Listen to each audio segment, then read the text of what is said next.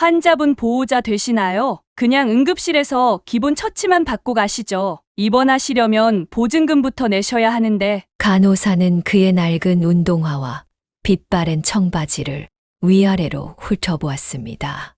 여기가 대학병원이라 좀 부담되실 것 같은데 다른 병원 알아보시는 건 어떠세요? 제가 이 학생 보호자입니다. 과외 학생 아버지가 이야기했습니다.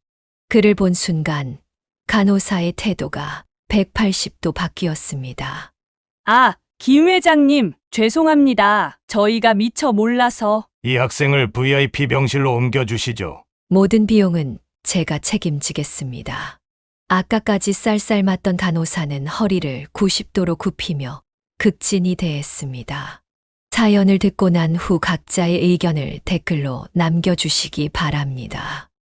사소한 댓글이라도 사연자분에게 큰 힘이 될 수 있습니다. 각색될 수 있고 사연자분의 입장에서 구성될 수 있습니다. 박동호 씨는 초등학교 시절 1톤 트럭으로 야채 장사를 하시는 아버지와 시장 어귀에서 과일을 파시는 어머니가 있었습니다. 그의 아버지는 매일 새벽 4시면 일어나 시장에 가셨고 어머니는 그 시장 한켠에서 과일 가게를 운영하셨습니다. 동호야, 오늘 들어오는 길에 엄마 가게 들르면 맛있는 거 줄게. 그는 어머니의 말씀에 고개를 저었습니다. 다른 친구들의 부모님은 멋진 옷을 입고 반짝이는 승용차를 타고 다녔지만 그의 부모님은 낡은 트럭과 흙먼지 묻은 작업복 차림이었습니다. 특히 등하교 시간이면 그는 엄마의 과일 가게를 피해 먼 길로 돌아다녔습니다. 친구들이 자신의 부모님 모습을 보게 될까봐 두려웠기 때문입니다. 어머, 동호 엄마 맞지? 동호는 어디 갔어? 이웃 아줌마의 물음에 어머니는 씁쓸한 미소를 지었습니다. 그는 멀리서 그 모습을 바라보며 발걸음을 재촉했습니다. 방과 후면 친구들은 학원차를 타고 다녔지만 그는 혼자 걸어서 집에 돌아왔습니다. 시장 근처를 지날 때면 엄마가 부르실까봐 재빨리 지나쳤습니다. 우리 아들한테 주려고 제일 예쁜 사과 골랐는데. 어머니는 매일 그를 위해 과일을 고르셨지만 그는 한 번도 받아가지 않았습니다. 창피한 마음에 어머니의 정성을 외면했습니다. 동호야, 오늘은 일찍 와서 엄마랑 같이 가자. 매일 아침 현관에서 들리는 어머니의 말씀이었습니다. 하지만 그는 항상 먼저 나가버렸고 어머니는 아들의 뒷모습을 바라보며 한숨을 쉬었습니다. 주말이면 아버지의 트럭을 타고 시장에 가야 했습니다. 그때마다 그는 친구들과 마주치지 않기를 간절히 바랐습니다. 트럭 뒤편에 숨어 앉아 있는 그를 보며 부모님은 아무 말씀도 하지 못하셨습니다. 시장에서는 아버지가 큰 소리로 과일 값을 외치셨고 어머니는 손님들과 밝게 웃으며 이야기를 나누셨습니다.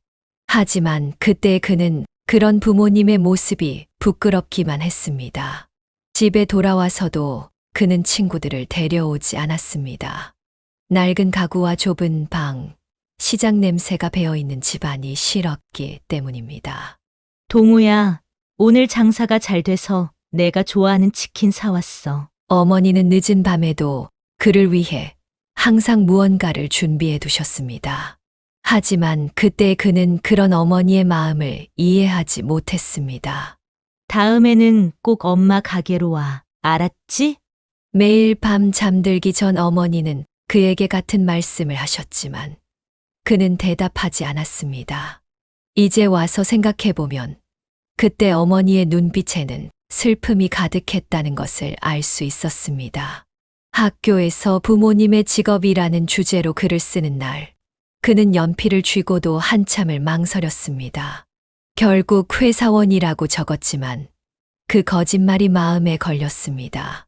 고등학교에 진학한 후 그의 마음은 조금씩 변화하기 시작했습니다. 아침마다 새벽같이 일어나 시장으로 향하시는 부모님의 뒷모습이 달리 보이기 시작했습니다. 엄마, 오늘은 내가 엄마 가게로 갈게. 처음으로 그가 먼저 어머니의 가게를 찾아갔을 때 어머니는 놀란 듯 눈물을 훔치셨습니다. 우리 아들이 이제 엄마 가게도 찾아오네. 학교가 일찍 끝나는 날이면 어김없이 시장으로 향했습니다.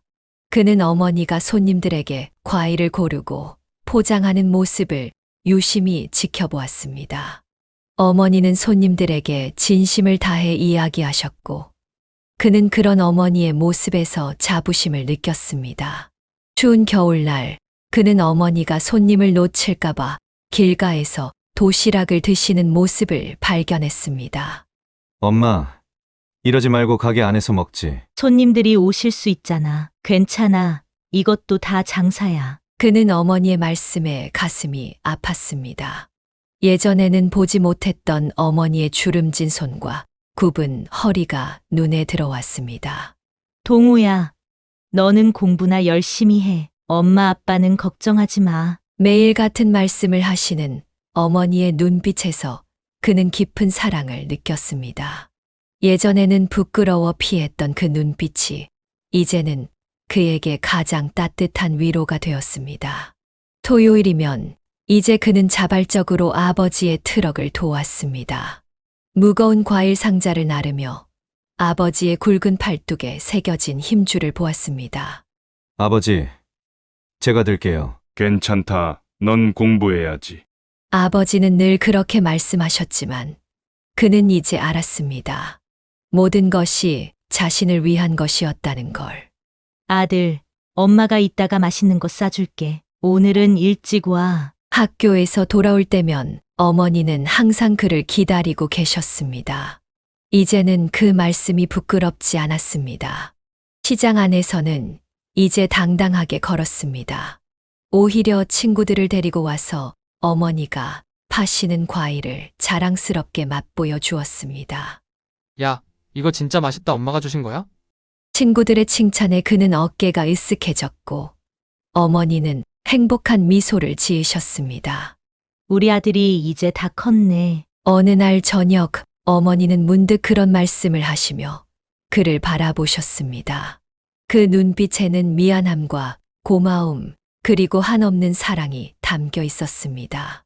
이제 그는 이해했습니다. 부모님의 모든 수고가 자신을 위한 것이었음을, 그 헌신이 얼마나 값진 것이었는지를. 더 이상 부끄러움은 없었습니다. 대신 감사함과 존경심이 가득했습니다. 새벽 5시, 그날도 평소와 다름없이 부모님은 시장으로 향하셨습니다. 그는 잠결에 들리는 문소리에 뒤척이다 다시 잠이 들었습니다. 그리고 다른 날과 마찬가지로 학교로 향했습니다. 박동호 학생 잠시 교무실로 와주세요. 평소와 다름없던 아침 조회 시간, 담임 선생님의 무거운 목소리가 들렸습니다. 그의 가슴이 불길한 예감으로 쿵쾅거렸습니다. 동호야, 부모님이. 선생님의 떨리는 목소리를 듣는 순간 그의 세상이 멈춘 것만 같았습니다. 아침 6시경 시장으로 향하던 부모님의 차가 신호를 무시하고 달리던 덤프트럭과 정면으로 충돌했다는 것이었습니다. 거짓말이죠? 제발 거짓말이라고 해주세요. 하지만 경찰서에 도착해 보니 그것은 냉혹한 현실이었습니다. 사고 현장 사진 속에는 형체를 알아볼 수 없이 찌그러진 아버지의 트럭이 있었습니다. 신호 위반한 덤프트럭이 시속 80km 이상으로 돌진했다고 추정됩니다. 경찰관의 무미건조한 설명이 이어졌습니다. 두 분 모두 현장에서 돌아가셨다는 말에 그의 다리에 힘이 빠졌습니다. 어제 저녁에 제가 왜 인사도 제대로. 그는 마지막으로 부모님께 건성으로 인사했던 것이 생각났습니다.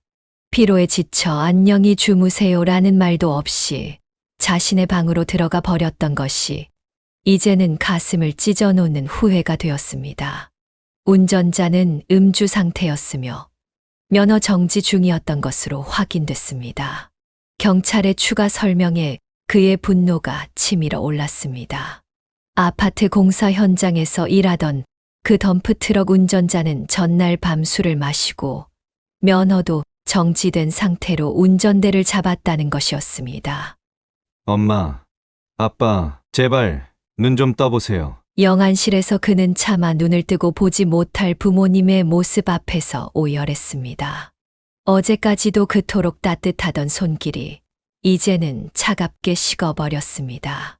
동호야, 이제 어떡하니? 장례식장에 모인 시장 상인들이 그를 붙잡고 울었습니다.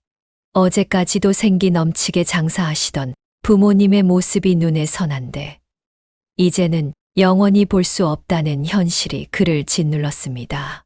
가해자 가족들이 찾아왔지만 그는 그들을 바라볼 수조차 없었습니다.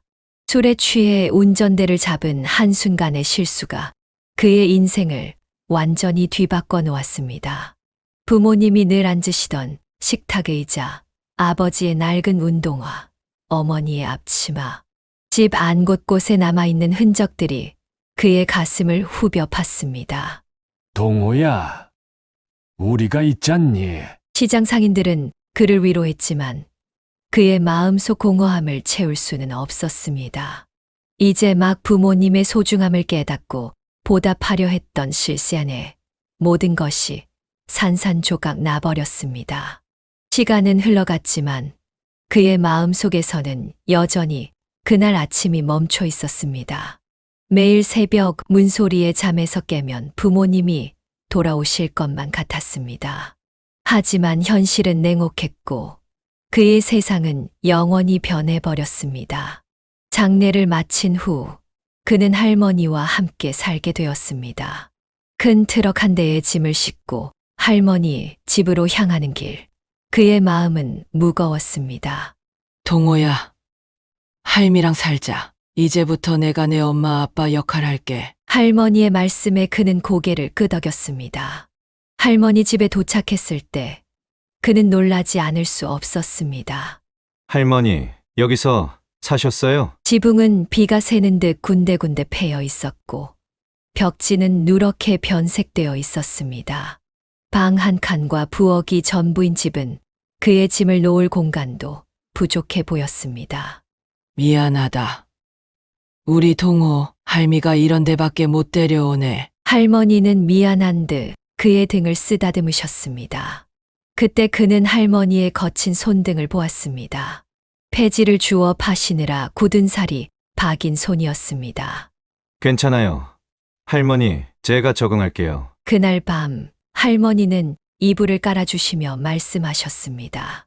내일은 달고기 사다가 삼계탕 끓여줄게. 너 좋아하지? 허리가 굽은 할머니는 매일 새벽 동네를 돌며 종이 상자를 모으셨습니다. 그런데도 그를 위해 이틀에 한 번씩 고기를 사오셨습니다. 할머니, 제가 허들의 일이라도 할게요. 안 돼. 너는 공부만 해. 할미가 어떻게든 다 할 테니까. 비가 오는 날에도 할머니는 종이 상자를 주우러 나가셨습니다. 젖은 종이는 값이 떨어진다며 비닐로 꼼꼼히 싸서 가져오셨습니다. 할머니, 오늘은 제발 쉬세요. 아니다. 내가 먹을 고기 값은 벌어야지. 그의 마음은 할머니의 사랑으로 조금씩 따뜻해졌습니다. 부모님을 잃은 상실감은 여전했지만 할머니의 정성이 그 공허함을 메워주었습니다. 동호야, 오늘은 삼겹살이다. 많이 먹어라. 할머니는 늘 자신의 몫을 그의 그릇에 덜어주셨습니다. 고기는 대부분 그의 몫이었고 할머니는 김치와 밥으로 끼니를 때우셨습니다. 할머니도 드세요. 난 괜찮아. 너 크는 게 더 중요해. 밤이면 좁은 방에서 할머니와 나란히 누웠습니다. 할머니는 그의 머리를 쓰다듬으며 이야기를 들려주셨습니다. 내 아빠가 어렸을 때는 말이다. 그렇게 하루하루가 지나갔습니다. 허름한 집이었지만 할머니의 사랑으로 가득 찬 공간이 그에게는 새로운 보금자리가 되어갔습니다. 동호야, 이제 울지 마라. 할미가 있잖니. 가끔 부모님 생각에 울 때면 할머니는 그를 껴안아 주셨습니다. 그 포근한 품에서 그는 다시 힘을 얻었습니다. 집은 작고 허름했지만 할머니의 사랑만은 그 어떤 곳보다 컸습니다. 그것이 그를 다시 일으켜 세우는 힘이 되었습니다. 동호야, 이제 생활비는 걱정하지 마. 이제 기초수급자 신청했어. 할머니는 무거운 한숨과 함께 말씀하셨습니다. 종이박스를 주우시던 할머니를 동사무소 직원이 발견하고 권유했다고 합니다. 할머니, 제가 더 열심히 할게요. 아니다. 너는 공부에만 전념해. 할미가 이제라도 이런 제도가 있다는 걸 알게 됐으니 다행이야. 할머니의 말씀에는 자존심을 꺾어야만 했던 쓸쓸함이 묻어났습니다. 평생을 자립심으로 사신 할머니께서 도움을 받아야 한다는 현실이 그의 가슴을 아프게 했습니다. 할머니, 괜찮다. 이제 이 할미도 나라의 도움을 받을 자격이 있는 거야. 내 아버지 평생 세금 꼬박꼬박 냈으니까. 할머니의 눈가에 맺힌 눈물을 보며 그는 더욱 단단히 마음을 다잡았습니다. 언젠가는 할머니가 당당하게 이 도움을 거절할 수 있는 날이 오도록 더 열심히 해야겠다고 다짐했습니다. 여름방학이 시작되고 그는 결심을 했습니다. 허리가 굽어가는 할머니를 더는 두고 볼 수 없었습니다. 할머니, 제가 이번 방학에는 아르바이트 좀 할게요. 안 된다니까. 너는 공부해야지. 하지만 그는 몰래 근처 아파트 공사장으로 향했습니다. 처음에는 단순 노동직으로 시작했습니다. 어이, 시멘트 한 포대도 못 드는데 뭐하러 왔어? 현장 인부들의 조롱 섞인 말이 들렸지만 그는 묵묵히 일했습니다. 무거운 시멘트 포대를 나르며 팔이 후들거려도 포기하지 않았습니다. 박군, 잠깐 이리 와보게. 어느 날 현장 반장님이 그를 불렀습니다. 그의 성실한 모습을 지켜봤다는 반장님은 특별히 기술을 가르쳐 주겠다고 했습니다. 보통은 기술자가 많아지면 인건비가 떨어져서 안 가르쳐 주는데 자네는 뭔가 다르군. 감사합니다. 반장님. 그날부터 그는 일과 배움을 병행했습니다. 아침 일찍부터 밤늦게까지 반장님의 곁에서 기술을 배웠습니다. 할머니, 저 다녀왔습니다. 늦은 밤 귀가할 때면 할머니는 항상 깨어 있었습니다. 손주의 늦은 귀가가 걱정되어 잠들지 못하셨던 것입니다. 어디를 다녀와? 도서관에서 공부하다 왔어요. 거짓말이 미안했지만 할머니를 걱정시키고 싶지 않았습니다. 하지만 그의 굳은 살 박인 손을 보며 할머니는 이미 알고 계셨습니다. 동호야, 너무 무리하지 마라. 괜찮아요. 할머니, 전 이제 다 컸잖아요. 매일 밤 몰래 연고를 바르고 잠드는 그를 보며 할머니는 눈물을 훔치셨습니다. 내 아빠도 그랬었는데. 한 달이 지나고 첫 월급을 받던 날, 그는 기뻤습니다. 생각보다 많은 금액이었습니다.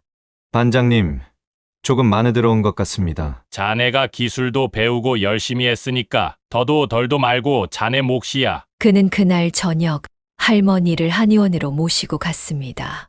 할머니, 이제 허리 치료 받으세요. 제가 번 돈으로요. 할머니는 손주의 마음을 거절하지 못하고 치료를 받으셨습니다. 침을 맞으시는 동안 할머니의 눈가에는 눈물이 고였습니다. 우리 동호가 이렇게 컸구나. 방학이 끝나갈 무렵 그는 제법 기술자의 모습을 갖추어 갔습니다. 반장님은 그를 더 믿고 일을 맡겼고 월급도 조금씩 올라갔습니다. 박군, 다음 방학에도 올 텐가? 네, 반장님, 꼭 오겠습니다. 그는 이제 자신의 힘으로 할머니를 도울 수 있다는 것이 자랑스러웠습니다.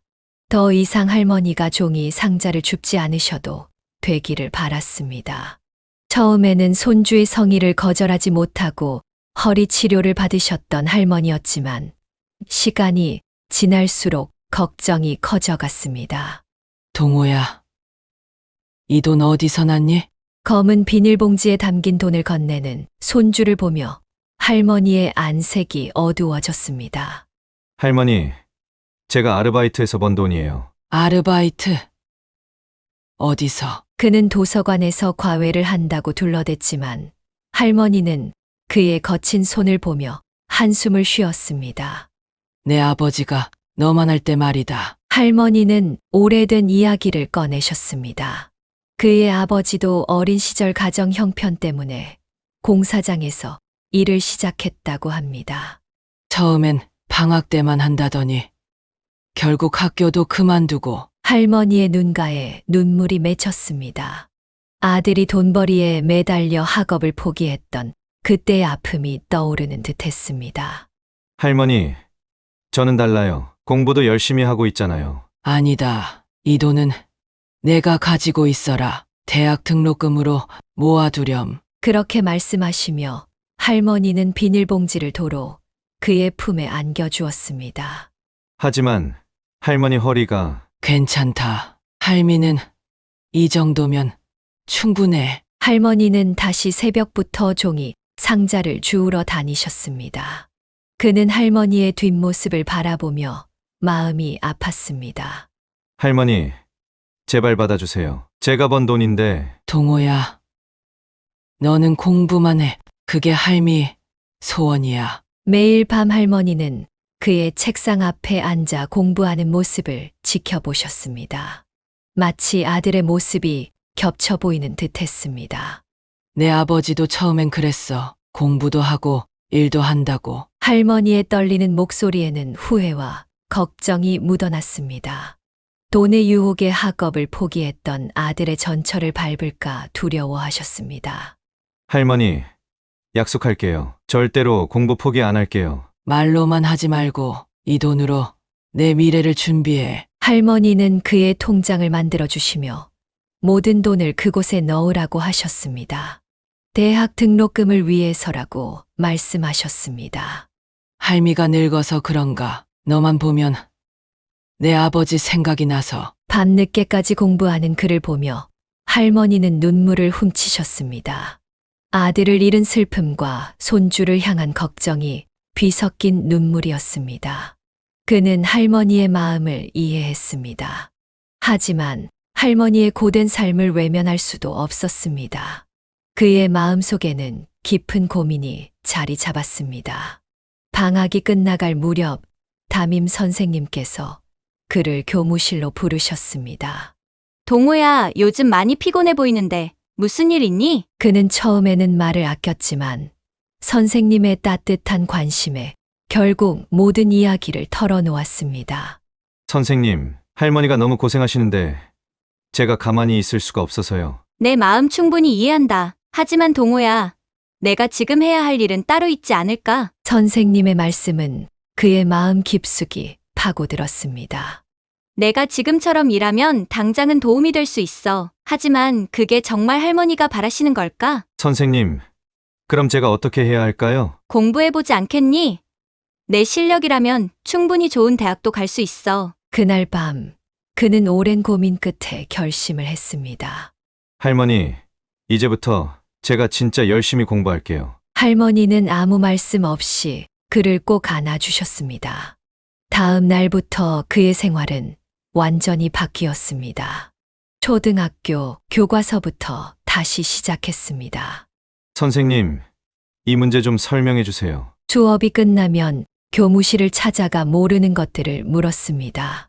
처음에는 쑥스러웠지만 선생님들은 그의 열정을 기특해 하시며 기꺼이 도와주셨습니다. 오늘도 왔구나. 어제 배운 거 이해됐어? 그는 하루에 2~3시간만 자며 공부했습니다. 학원을 다닐 형편이 되지 않았기에 교무실이 그의 학원이 되었습니다.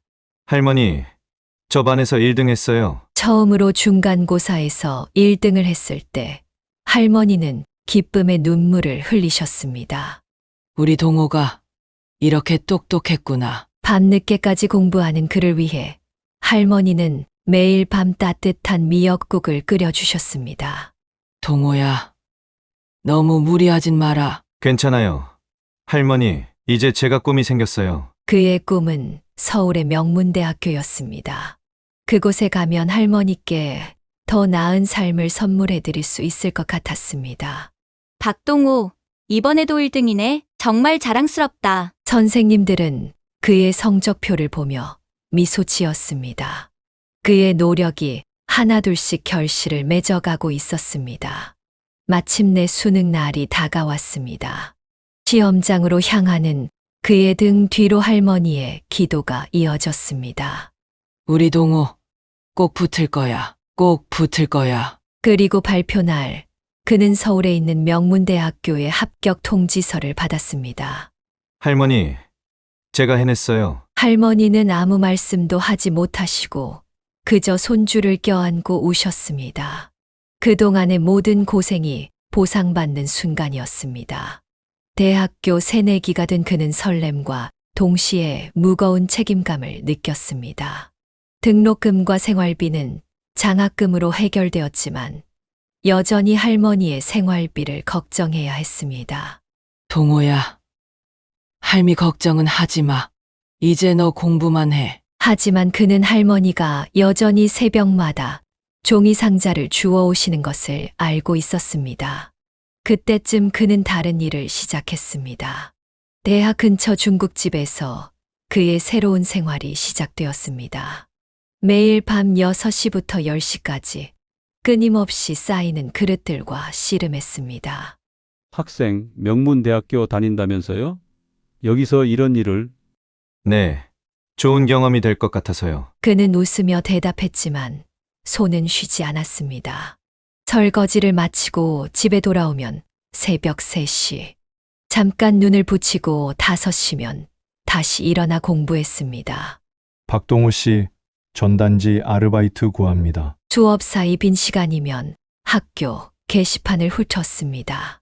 1시간에 10,000원을 주는 전단지, 아르바이트는 그에게 꿀 같은 기회였습니다. 학생, 이력서 한번 볼까요? 우연히 들른 과외 소개소에서 그의 인생이 바뀌기 시작했습니다. 좋은 대학교 다니시네요. 시간당 8만 원짜리 자리가 있는데. 그의 눈이 휘둥그레졌습니다. 지금까지 해온 모든 알바를 합친 것보다 더 많은 금액이었습니다. 정말인가요? 강남 고등학생 과외인데 명문대학교 학생을 찾으시거든요. 그렇게 그는 첫 과외를 시작했습니다. 실력은 물론이고 자신의 입시 경험을 바탕으로 한 조언은 학생들에게 큰 도움이 되었습니다. 입소문이 나면서 과외 요청이 늘어났습니다. 이제 더 이상 설거지나 전단지, 아르바이트를 하지 않아도 되었습니다. 할머니, 이제 제가 월급 받았어요. 처음 받은 과외비로 그는 할머니께 옷을 사드렸습니다. 할머니는 손주의 성공이 기뻐 눈물을 흘리셨습니다. 우리 동호가 이렇게 훌륭해졌네. 하지만 그는 여기서 만족하지 않았습니다. 수업이 없는 시간에는 도서관에서 공부했고 전공 공부도 열심히 했습니다. 날이 갈수록 그의 생활은 더욱 빡빡해졌습니다. 과외 시간이 늘어날수록 수입은 늘었지만 몸은 점점 지쳐갔습니다. 동호야, 얼굴이 많이 안 좋다. 할머니의 걱정 어린 말씀에도 그는 웃으며 괜찮다고만 했습니다. 걱정 마세요. 할머니, 저 아직 젊은데 뭐. 하지만 그의 하루는 이미 한계에 다다르고 있었습니다. 아침 5시 기상 수업, 과외 밤늦게까지, 이어지는 공부까지. 선생님, 오늘은 좀 일찍 끝내면 안 될까요? 그날도 평소와 같이 강남의 마지막 과외 수업을 마치고 있었습니다. 평소보다 더 심한 두통이 그를 괴롭혔습니다. 그래, 오늘은 선생님이 몸이 좀 안 좋네. 대신 다음 수업에는 조금 더 할 거야. 마지막 수업을 끝내고 대문을 나서는 순간 그의 시야가 흐려지기 시작했습니다. 다리에 힘이 풀렸고 세상이 빙글빙글 돌았습니다. 그는 대문 기둥을 붙잡으려 했지만 이미 늦었습니다. 선생님, 괜찮으세요? 과외 학생의 아버님이 마침 귀가하던 중이었습니다. 의식을 잃어가는 와중에도 그는 죄송하다는 말을 중얼거렸습니다. 응급실에서 겨우 정신을 차린 그는 자신을 둘러싼 낯선 풍경을 바라보았습니다. 환자분 보호자 되시나요? 간호사의 질문에 그는 고개를 저었습니다. 할머니께는 아직 연락도 못 드린 상태였습니다. 그냥 응급실에서 기본 처치만 받고 가시죠. 입원하시려면 보증금부터 내셔야 하는데. 간호사는 그의 낡은 운동화와 빛바랜 청바지를 위아래로 훑어보았습니다. 여기가 대학병원이라 좀 부담되실 것 같은데 다른 병원 알아보시는 건 어떠세요? 그때였습니다. 제가 이 학생 보호자입니다. 과외 학생 아버지가 이야기했습니다. 그를 본 순간 간호사의 태도가 180도 바뀌었습니다. 아, 김 회장님, 죄송합니다. 저희가 미처 몰라서. 이 학생을 VIP 병실로 옮겨주시죠. 모든 비용은 제가 책임지겠습니다. 아까까지 쌀쌀맞던 간호사는 허리를 90도로 굽히며 극진히 대했습니다. 박동호 학생. 이래서 내가 더 훌륭한 법조인이 되어야 해. 이런 세상을 바꾸기 위해서라도 김 회장님의 말씀에 그는 깊이 고개를 숙였습니다. 돈 앞에서 달라지는 세상의 민낯을 직접 목격한 순간이었습니다. 지만과로와 영양실조입니다. 당분간 절대 안정이 필요해요. 의사의 진단은 단호했습니다. 할머니가 병실에 오셨을 때 그는 죄송한 마음에 고개를 들지 못했습니다. 내가 이러려고 너 공부시킨 게 아닌데. 죄송해요. 할머니, 제가 좀 더 조심했어야 했는데. 이번 일을 계기로 그는 자신의 한계를 인정하고 더 현명하게 살아가야 함을 깨달았습니다. 동시에 세상의 불평등에 대해서도 깊이 생각하게 되었습니다. 병원에 입원한 지 사흘째 되는 날, 과외 학생의 아버님이 다시 찾아오셨습니다. 그는 병실에 들어서다 할머니를 보시고는 걸음을 멈추셨습니다. 죄송하지만 혹시 성함이? 저요? 저는 좌영이라고 합니다. 그 순간 그분의 표정이 크게 변했습니다. 마치 오래된 사진을 발견한 것처럼 놀란 기색이 역력했습니다. 혹시 서울에서 사시다가 미국으로? 할머니도 그를 유심히 바라보셨습니다. 처음에는 알아보지 못하시다가 문득 무언가를 떠올리신 듯 눈을 크게 뜨셨습니다. 당신이 설마. 병실 안에는 묘한 긴장감이 감돌았습니다. 오랜 세월이 지났지만 두 사람 사이에는 뭔가 특별한 인연이 있어 보였습니다. 어머나, 세상에 이런 곳에서. 할머니의 눈시울이 붉어졌습니다. 과외 학생 아버님도 깊은 감회에 젖은 표정이었습니다. 선생님, 정말 오랜만에 뵙습니다. 그의 목소리는 떨렸고 눈가에는 눈물이 맺혔습니다. 박 선생님, 오늘 이 자리에서 더 중요한 이야기를 나눠야 할 것 같습니다. 우리 참 깊은 인연이 있습니다. 그는 할머니를 바라보며 말을 이었습니다. 선생님, 제가 그동안 못 다 갚은 은혜가 있습니다. 그의 말에 병실은 잠시 숙연해졌고 이것은 더 깊은 이야기의 시작이 될 것 같았습니다. 병실의 숙연한 분위기 속에서 과외 학생의 아버님은 천천히 이야기를 시작했습니다. 제 아버지께서는 좌 회장님 댁에서 운전기사로 일하셨습니다. 그때 저는 초등학생이었죠. 할머니는 그의 말에 고개를 끄덕이셨습니다. 그래, 이제 기억이 나는구나. 김 기사님의 아들. 그때 그 꼬마가 당신이었군요. 네, 선생님. 아버지가 교통사고로 크게 다치셨을 때 좌 회장님께서 손을 내밀어 주셨죠. 그는 천천히 과거의 이야기를 풀어놓았습니다. 그의 아버지가 회장님 차를 수리하러 가다가 큰 교통사고를 당했던 일, 수술비가 없어 발을 동동 굴렀던 일들을. 우리 아버님이 그때 많이 마음 쓰셨지. 회장님께서는 수술비뿐만 아니라 재활치료까지 모두 지원해 주셨습니다. 그리고 아버지가 완치될 때까지 월급도 그대로 주셨죠. 할머니의 눈에서는 눈물이 흘렀습니다. 그것은 자신의 아버지에 대한 자랑스러움의 눈물이었습니다. 그 은혜로 우리 가족이 살 수 있었습니다. 아버지는 돌아가시는 그날까지도 회장님의 은혜를 잊지 못하셨어요. 우리 아버님도 늘 말씀하셨어. 김 기사님이 가족 같은 분이라고. 그러다 할머니는 문득 쓸쓸한 표정을 지으셨습니다.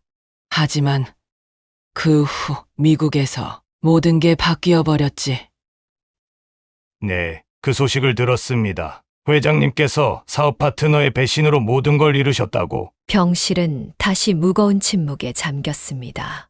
할머니는 먼 산을 바라보시듯 창밖을 응시하셨습니다. 그때 우리 아버지가 어떻게든 도움을 드리고 싶어 하셨는데 이미 연락이 두절된 후였어요. 그래, 그때는 모든 걸 정리하고 한국으로 돌아올 수밖에 없었지. 그는 주머니에서 낡은 지갑을 꺼냈습니다. 그 안에는 오래된 흑백 사진 한 장이 있었습니다. 이건 회장님께서 우리 가족과 찍으신 사진입니다. 아버지가 평생 간직하셨어요. 사진 속에는 젊은 시절의 할머니, 아버님과 운전기사님 가족이 환하게 웃고 있었습니다. 이제야 그 은혜를 조금이나마 갚을 수 있게 되어 다행입니다. 그의 눈에도 눈물이 고였습니다. 그것은 단순한 감상이 아닌 오랫동안 가슴 깊이 간직해온 감사함의 표현이었습니다. 선생님, 앞으로는 제가 책임지겠습니다. 회장님의 외손자를 제가 꼭 도와드리고 싶습니다. 그의 진심 어린 말에 할머니는 아무 말씀도 하지 못하고 그저 손을 꼭 잡으셨습니다. 3대에 걸친 인연이 이렇게 다시 이어진 것입니다. 고맙습니다. 정말 고마워요. 창밖으로 따스한 햇살이 비치고 있었습니다. 마치 새로운 시작을 축복하는 것만 같았습니다. 그날 이후 박동우 씨의 삶은 새로운 전환점을 맞이했습니다. 과외 학생의 아버님은 자신의 약속을 지키기 위해 직접 나서셨습니다. 박 선생님, 이제부터는 과외는 그만두시지요. 학업에만 전념하셨으면 합니다. 하지만 그동안 받은 과외비도 너무 과분한데 그는 고개를 저으며 말씀하셨습니다. 이건 과외비가 아닙니다. 우리 가족이 받은 은혜를 조금이나마 갚는 것뿐이에요. 회장님은 즉시 실행에 옮기셨습니다. 우선 남은 대학 등록금 전액을 장학금 형태로 지원하겠다고 하셨습니다. 앞으로의 학비는 제가 책임지겠습니다. 할머니께서 더 이상 고생하시지 않도록. 할머니는 그의 손을 꼭 잡으며 눈물을 흘리셨습니다. 이렇게까지 해주시다니 정말 감사합니다. 아닙니다. 제가 더 감사한 걸요. 그는 박동호 씨의 미래까지 계획해 주셨습니다. 졸업 후에는 자신의 회사에서 일할 수 있도록 자리를 마련해 주겠다고 약속하셨습니다.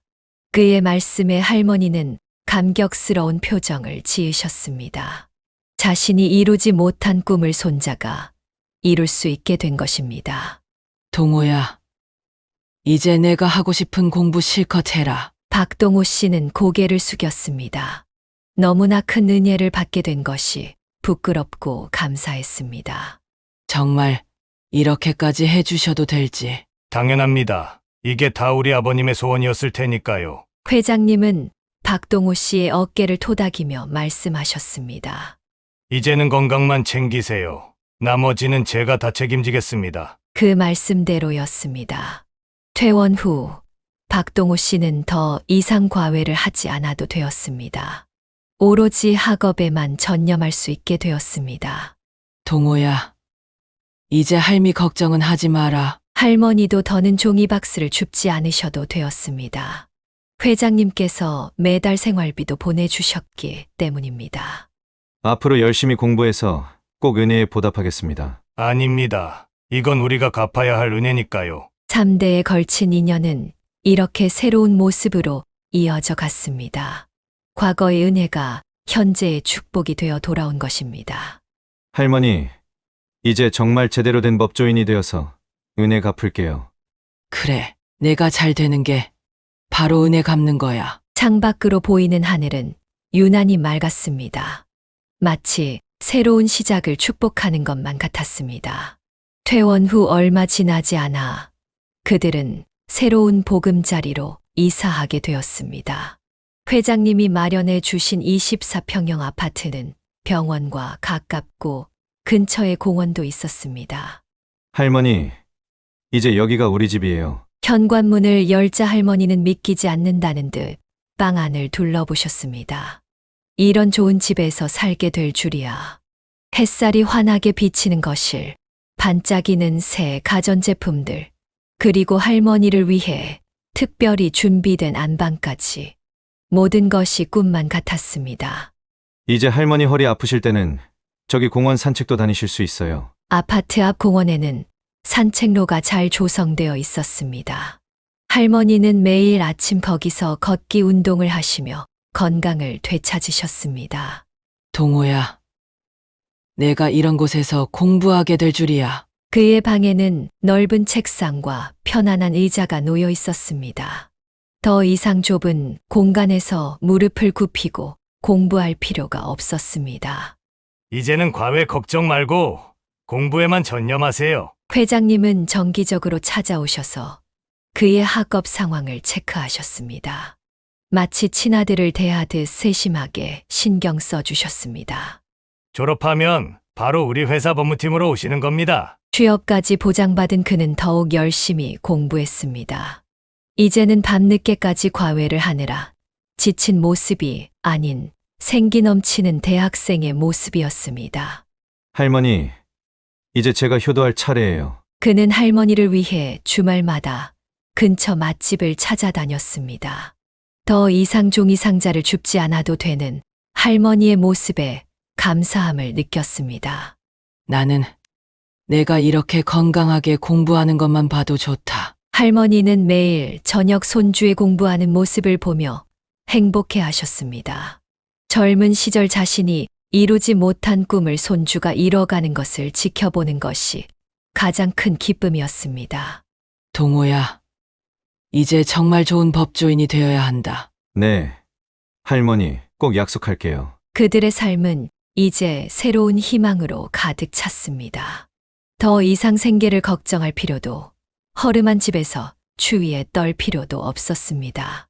매일 아침 창문을 열면 보이는 푸른 하늘과 공원의 나무들은 그들에게 새로운 시작을 알려주는 것 같았습니다.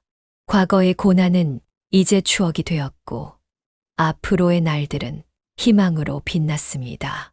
할머니의 웃음소리가 집안에 가득했고, 그의 꿈은 하루하루 현실이 되어가고 있었습니다. 어느 저녁 할머니는 오랫동안 묻어두었던 이야기를 꺼내셨습니다. 저녁 식사를 마치고 차를 마시던 중이었습니다. 동호야, 할미가 옛날 이야기 하나 해줄까? 할머니의 목소리에는 오랜 세월의 무게가 실려 있었습니다. 증조 할아버지 이야기인가요? 그래, 내가 한 번도 보지 못한 할미 아버지 이야기야. 할머니는 천천히 이야기를 시작하셨습니다. 1970년대 후반 증조 할아버지는 한국에서 가장 큰 무역회사 중 하나를 운영하고 계셨다고 합니다. 그때는 정말 잘 나가던 시절이었지. 아버님이 미국으로 사업을 확장하시던 때였어. 젊은 시절의 할머니는 법대생이었고 장래가 촉망되는 학생이었습니다. 근데 그만 한순간에 모든 게 무너져 버렸어. 미국의 동업자가 회사 자금을 모두 빼돌리고 도주한 것이었습니다. 믿었던 사람의 배신이었습니다. 아버님은 그때 뉴욕에 계셨는데 그 사람을 너무 믿으셨나 봐. 할머니의 눈에서는 눈물이 흘렀습니다.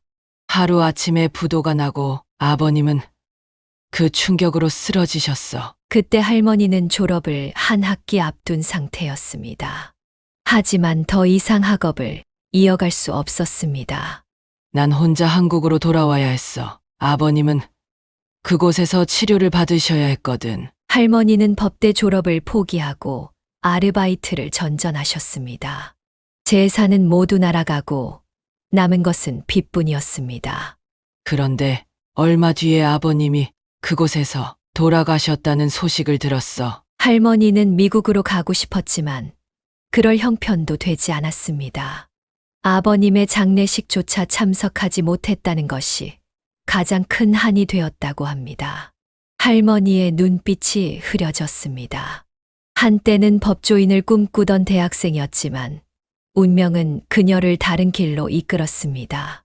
할머니, 전 몰랐어요. 이제는 다 지나간 일이야. 근데 내가 법대에 가겠다고 했을 때 할미는 너무 기뻤단다. 할머니는 손주의 손을 꼭 잡으셨습니다. 할머니의 꿈, 제가 꼭 이루어드릴게요. 창밖으로 달빛이 스며들었습니다. 할머니의 오랜 이야기는 그에게 새로운 사명감을 안겨주었습니다. 새로운 아파트에서의 생활이 자리를 잡아가면서 그들의 일상은 평화로워졌습니다. 할머니, 오늘은 제가 아침 준비할게요. 그는 이제 더 이상 새벽에 일어나 과외를 가지 않아도 되었습니다. 대신 할머니와 함께하는 아침 식사가 하루의 시작이 되었습니다. 어휴, 내가 왜 이런 걸 다 하니? 제가 이제 할머니 음식 실력 물려받아야죠. 식탁에는 할머니가 좋아하시는 된장국과 반찬들이 올라왔습니다. 서툴지만 정성이 담긴 요리였습니다. 할머니, 오늘은 도서관 다녀올게요. 낮 시간에는 학교와 도서관에서 공부에 전념했습니다. 더 이상 생계 걱정으로 공부를 중단할 일은 없었습니다. 동호야, 나는 잠깐 공원 다녀올게. 할머니는 더 이상 박스를 줍지 않으셨지만 매일 아침 동네에 한 바퀴를 도시셨습니다. 이제는 생계를 위해서가 아닌 건강을 위한 산책이었습니다. 할머니, 제가 모시고 갈게요. 주말이면 그는 할머니와 함께 근처 공원을 산책했습니다. 예전에는 바쁘다는 핑계로 하지 못했던 일들을 하나씩 해나갔습니다. 어머, 동우 할머니. 요즘 얼굴이 좋아 보이세요. 동네 주민들과 마주치면 할머니는 환하게 웃으셨습니다. 더 이상 쓰레기를 뒤지는 할머니가 아닌 손자와 함께 산책하는 품이 있는 할머니였습니다. 동호야, 이제 할미가 행복하다. 저녁이면 할머니는 그의 공부하는 모습을 바라보며 미소 지으셨습니다. 손주가 꿈을 향해 한 걸음씩 나아가는 모습이 그녀의 가장 큰 기쁨이었습니다. 할머니, 이따가 같이 드라마 볼까요? 밤에는 함께 TV를 보며 도란도란 이야기를 나누었습니다. 예전에는 꿈도 꾸지 못했던 평화로운 시간이었습니다. 동호야, 할미가 옛날에 못해준 게 너무 많아서. 할머니, 이제는 제가 다 해드릴게요. 가끔 할머니는 예전 생각이 나신다며 동네 청소를 하시겠다고 했습니다. 하지만 그것마저도 이제는 봉사활동이라고 웃으며 말씀하셨습니다. 우리 동네는 내가 깨끗하게 만들어야지. 그렇게 그들의 일상은 작지만 확실한 행복으로 채워져 갔습니다. 더 이상 생계를 걱정할 필요도, 과로로 쓰러질 걱정도 없었습니다. 할머니, 저 이번 학기도 장학금 받았어요. 그의 성적은 여전히 상위권을 유지했습니다. 이제는 온전히 학업에만 집중할 수 있었기 때문입니다. 그는 우연히 학교 게시판에서 한 포스터를 발견했습니다. 노인복지법률상담 자원봉사자를 모집한다는 내용이었습니다. 할머니, 제가 이번에 법률 상담 봉사를 시작하려고 해요. 그래? 내가 이제 그런 일도 할 수 있게 됐나? 할머니는 자랑스러운 눈빛으로 그를 바라보셨습니다. 첫 상담은 종이를 주워 생계를 이어가시는 할머니였습니다. 폐지수거 도중차에 치여 다치셨는데 보상은커녕 오히려 협박을 당하고 계시다는 내용이었습니다. 할머니, 걱정 마세요. 제가 도와드리겠습니다. 그는 그 할머니의 사연에서 자신의 할머니 모습을 보았습니다. 직접 경찰서도 함께 가고 보험회사와의 협상도 도왔습니다. 학생 정말 고마워요. 덕분에 치료비도 받고. 첫 상담의 성공적인 해결은 그에게 큰 자신감이 되었습니다. 이후 그는 더 적극적으로 봉사활동에 참여했습니다. 박동호 학생, 자네가 이런 일에 소질이 있군. 지도 교수님의 칭찬에 그는 더욱 열심히 했습니다. 주말마다 노인복지관을 찾아가 무료 법률 상담을 진행했습니다. 할머니, 이제는 제가 사회에 도움이 되고 있어요. 자신의 할머니께 이야기를 들려드릴 때마다 할머니는 흐뭇한 미소를 지으셨습니다. 우리 동호가 좋은 일 하네. 시간이 지날수록 그를 찾는 어르신들이 늘어났습니다. 임대차 문제, 사기 피해, 산재 보상 등 다양한 법률 문제를 상담했습니다.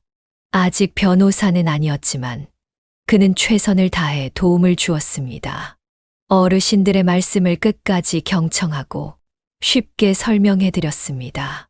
복지관 관장님은 그를 신뢰하셨고 더 많은 책임을 맡기셨습니다. 그는 노인복지법률상담 팀장이 되어 다른 학생들도 이끌게 되었습니다. 후배들은 그의 상담을 보며 배워갔습니다. 진심으로 어르신들을 대하는 모습, 끝까지 책임지는 자세를 본받았습니다.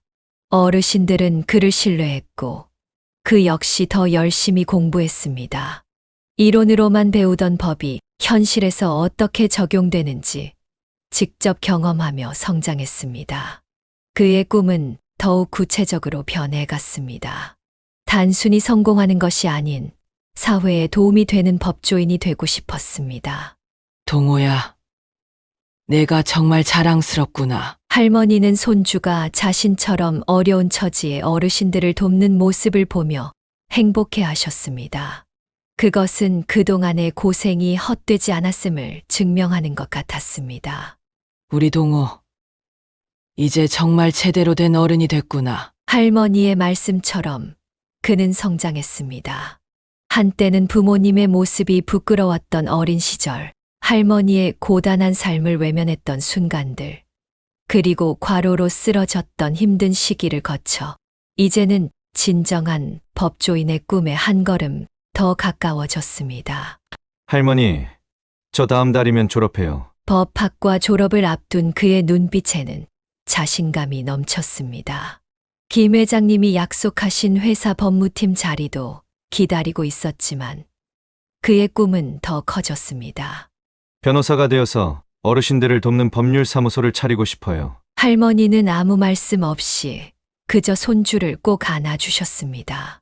그 포옹 속에는 오랜 세월의 고단함과 새로운 희망이 함께 담겨 있었습니다. 이제 그들의 삶은 새로운 장을 향해 나아가고 있었습니다. 더 이상 종이 상자를 줍지 않아도 되는 할머니, 과외에 시달리지 않아도 되는 손자, 그리고 그들을 감싸안은 따뜻한 봄날의 햇살처럼 모든 것이 제자리를 찾아가고 있었습니다. 할머니, 앞으로는 제가 더 열심히 효도할게요. 아니, 이미 넌 충분히 효도했어. 이제는 내 꿈을 향해 가면 돼. 창밖으로 보이는 노을은 유난히 아름다웠습니다. 마치 그들의 새로운 시작을 축복하는 것만 같았습니다. 사연을 듣고 댓글을 남겨주시기 바랍니다. 사소한 의견일지라도 사연자분에게는 큰 힘이 됩니다. 노골적인 악성 댓글은 사연자분에게 상처가 될 수 있으니 삼가주시기 바랍니다.